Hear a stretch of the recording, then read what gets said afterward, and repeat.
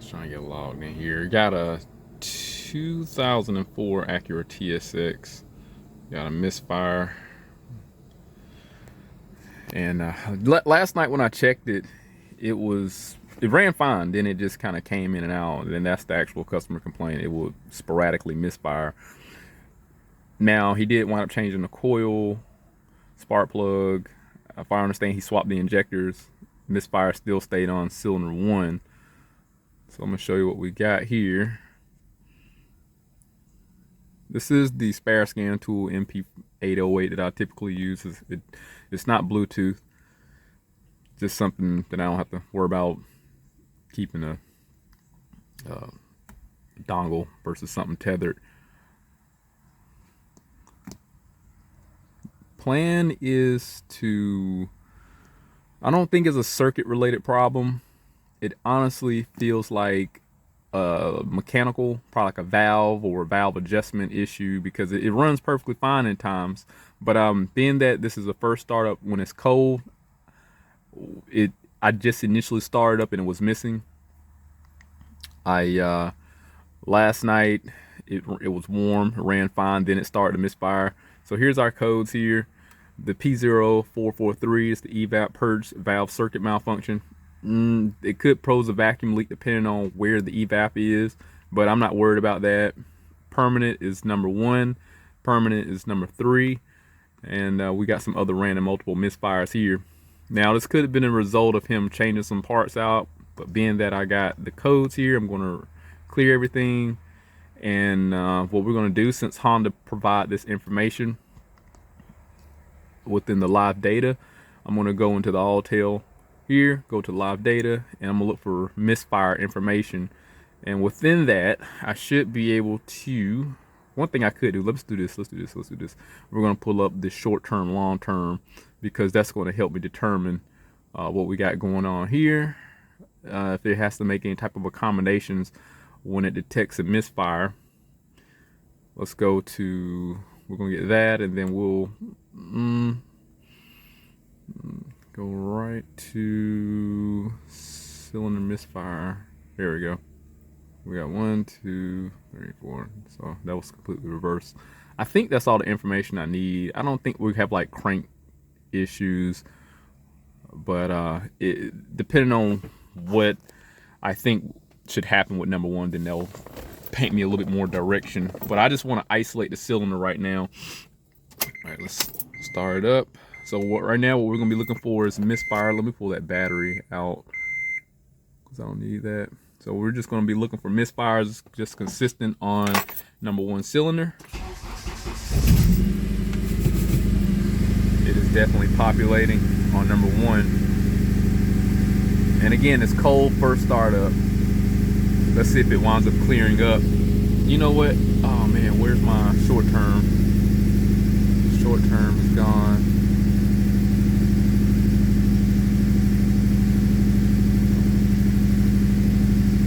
Oh no. Please stay here. Short term right here. So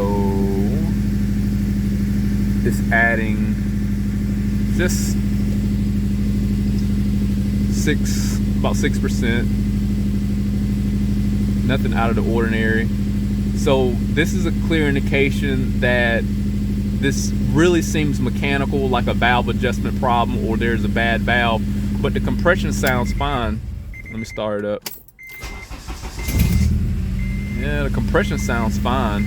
I don't know if you remember the video that I did with the V6 Honda Accord where I was getting misfires, but it would do something similar, like it's starting to clear up. I feel like it's starting to clear up. Now the short term is taking away about 3. That's nothing significant. So I'm not going to look for fuel and fire really, but it would be worth checking the spark plug, see what it's doing. I'm going to let it warm up. Let me see if I can pull a temperature for you too, so you'll get an idea. There's your coolant temp right there.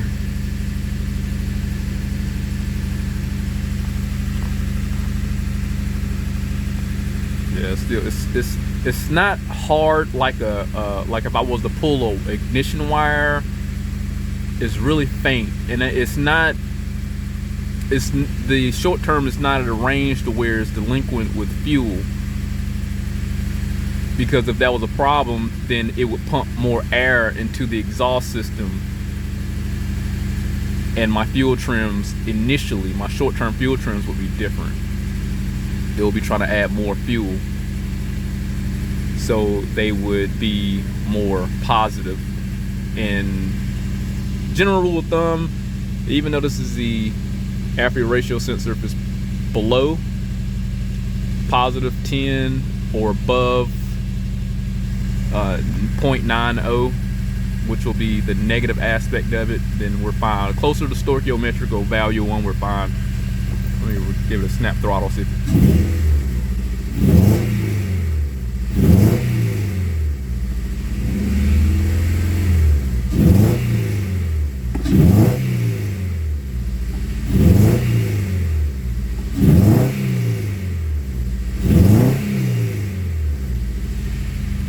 You can see it did go positive, like it needed to add the fuel to it, but still could be valve related depending on which valve is acting up. But that still could just be an initial response to an acceleration, like the throttle position sensor could just initially demand more fuel, and that's just the initial accommodation that it's making. That's just an assumption. But I would imagine if this, as aggressive as this is, this misfire definitely it don't feel as aggressive as an ignition misfire. And I could prove that. I could pull the coil and see if it gets worse. But let's do that first and then go from there. Well, I go to start pulling stuff off, and to get myself together, start pulling stuff off, and the misfire cleared up. This is just a clear indication that it's a valve related problem, but for the sake of just curiosity, I mean, I would still have to pull off the valve cover to check the valve adjustment for cylinder 1. I'm just going to we're going to inspect the spark plug. So what I'm thinking is happening, since if you take in heat and how it expands things, when you have a cold engine, things are tighter and contracted, and as they get hot, they relax. And the same thing is metal. So when we heat metal up, it expands, the clearance is changed. So that's why you have to be very mindful of how you adjust the valves when they're cold and hot. This car was misfiring more aggressively when it was cold, and being that it will periodically do it when it gets hot, it's just an indication that these valves for number 1 are very tight. Now again, if you remember that video that I did with the Honda Accord, the V6, it was doing the same thing. I trusted the machine shop, and unfortunately I had tight valves.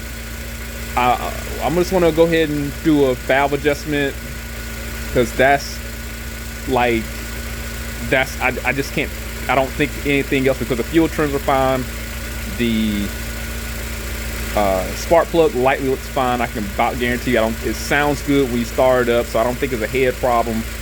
The valve, if the valve itself inside the combustion chamber was bad, it would have a more aggressive harder miss. The fuel trims would be out of whack. There would just be more problems. The fuel trims would be the determinant of that. I just feel like it's just worth doing the valve adjustment on them. So I'm gonna let this car sit. I want to go to the gym, come back, and we'll pull the plug out. We'll start it up first, see if it still misses, and then immediately shut it down, pull the valve cover, and then check those valves out. And code wise, number 1 misfire came back, so it counted enough to where it was like, hey, we're a problem. Let me show you the engine temperatures to where it started to stop. So it hit 100, I would say about 160 degrees, because me taking my time getting in this car. So it was 163 currently. That's when it stopped misfiring. That's plenty of time for that metal to expand. Let me go down to cylinder 1 misfire to show you that it stopped. And in regard, there it goes, doing it again. There you go. I mean, I know I could be wrong. I could be wrong. So it may be worth still. Let me pull that wire, see what happens.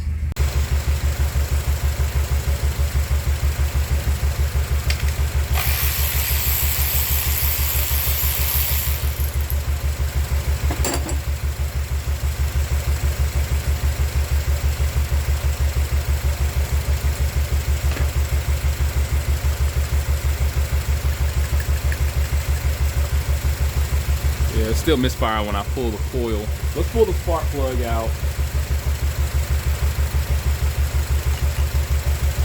Yeah, I still have the same miss.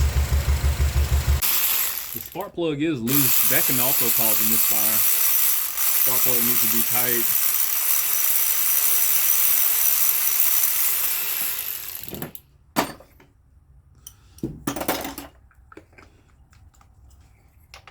So here's the plug.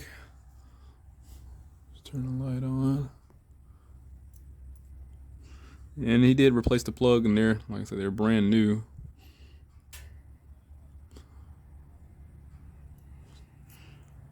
NGK.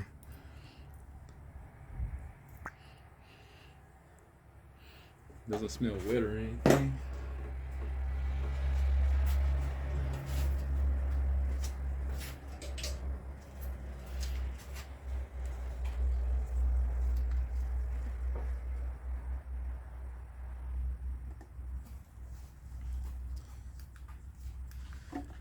One thing I could do, because it could be a fuel injector, but he said he swapped the injectors. I really should just check my input, my powers. I could definitely do it for the coil because the misfire just feels aggressive as if it was a coil. I could spray a supplemental fuel into the intake and see if it clears up. That'll help. That'll let me know if it's something fuel related. But being that I would imagine the fuel would have to be more absent than spark because for one, the spark plug doesn't smell like gas, and it really isn't wet or anything. I could go through the basics and swap spark plugs and see if it corrects itself. I think that's worth doing.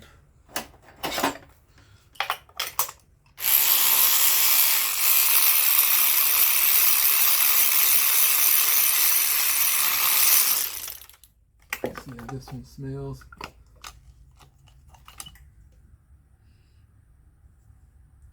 This one is dry, but you can tell this one's firing. It's got that white soot on it.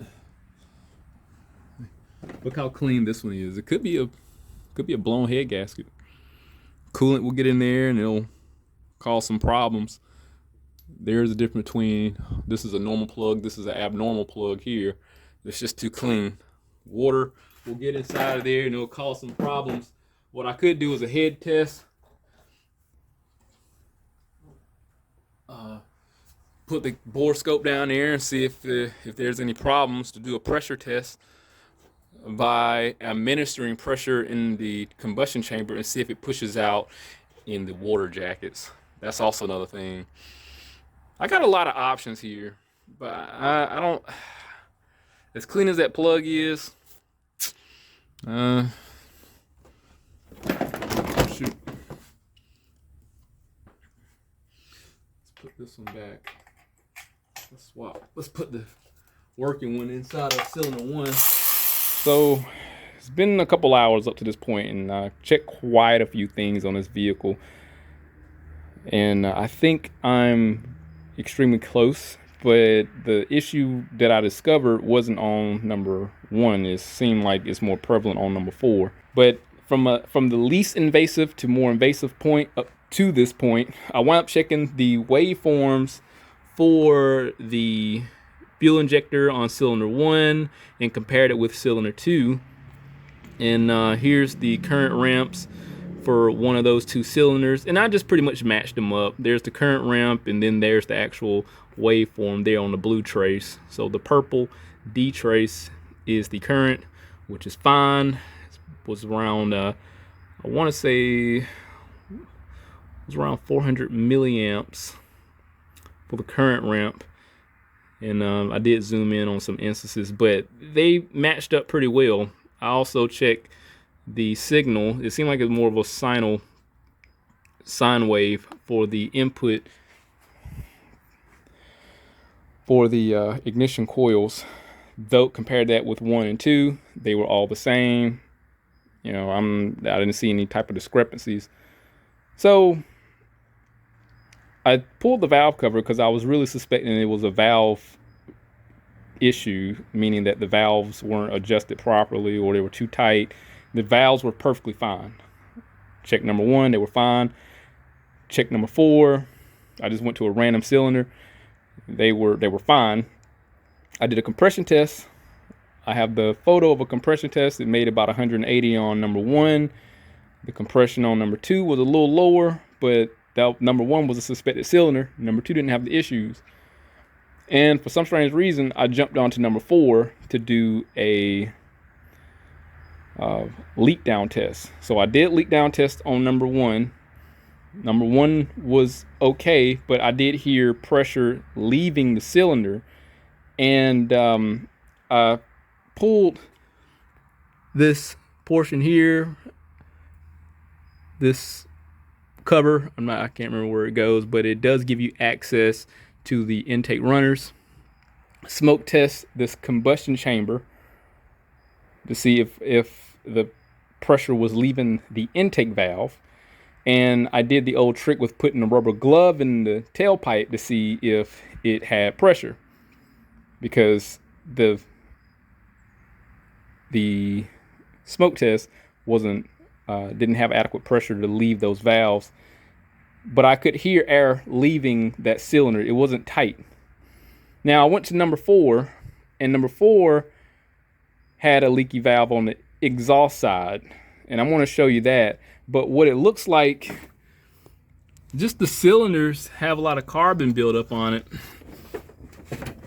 Not the cylinder, but the valve. Let me see if I can. This is gonna be a little bootleg here. Let's see if I can. I don't know if it'll capture all the detail, but you can see the pitting on the valves. You can see pitting up there. And then at the bottom, you can see carbon buildup around there. Let me spin it around. Here's the other valve here. That's not a break in the valve there, but it is kind of questionable. Right there, this looked like it was carbon buildup and carbon broke off, but I can't see it that well because it's not facing, it's not closer to me. But unless there's a crack, it could possibly be a cracked valve there. I don't know, but that's a lot of carbon to build up. So I think we're either dealing with a cracked valve or excessive carbon buildup on the valves seats. You can look down, look at that one. Like it's not directly on the seat. That carbon, let me see if I can get it down there. That carbon right there is not directly on the seat. I wish I had a better way of testing that. Like I could send like fluid the other way, upstream through the exhaust, but yeah, that's not gonna fly. And but that right there is I don't know. I really suspect this other portion here. I mean, that's, like I said, that's a pretty big chunk to be missing, and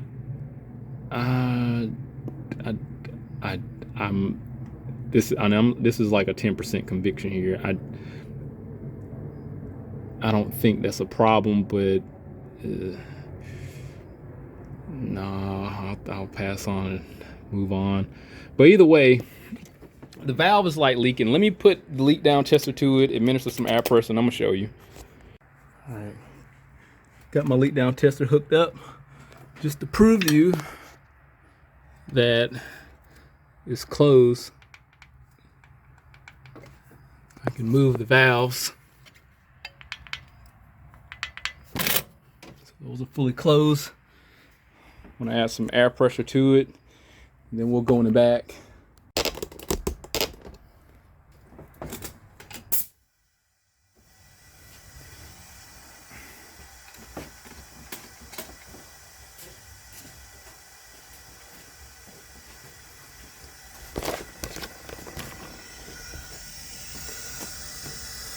This is 80%.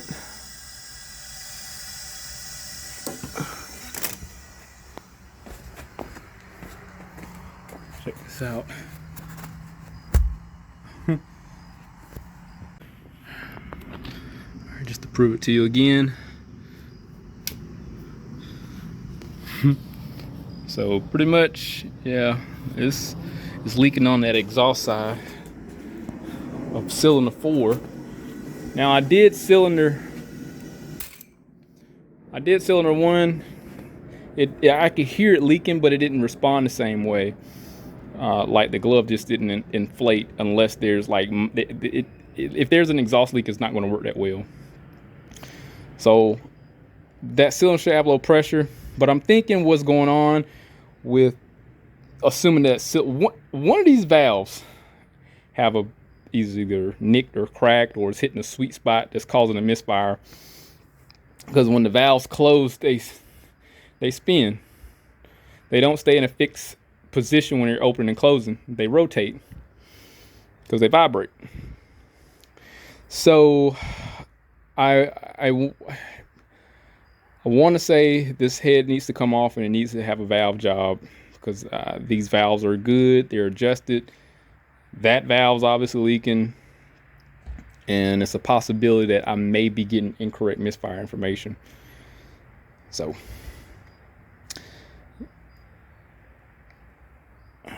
well, I guess to be fair, I got to show you what number 1 looks like. Let me do this. We'll do the same test. Number 1 is great. That's 100%. But I can still hear air seeping, and it's a possibility it's going through the piston. But let's go in the back. Oh, it's coming out this now. Okay, so that is leaking. Before I couldn't get it to do it, but I can assure you those valves are closed too. Let me show you. Let's turn this off here.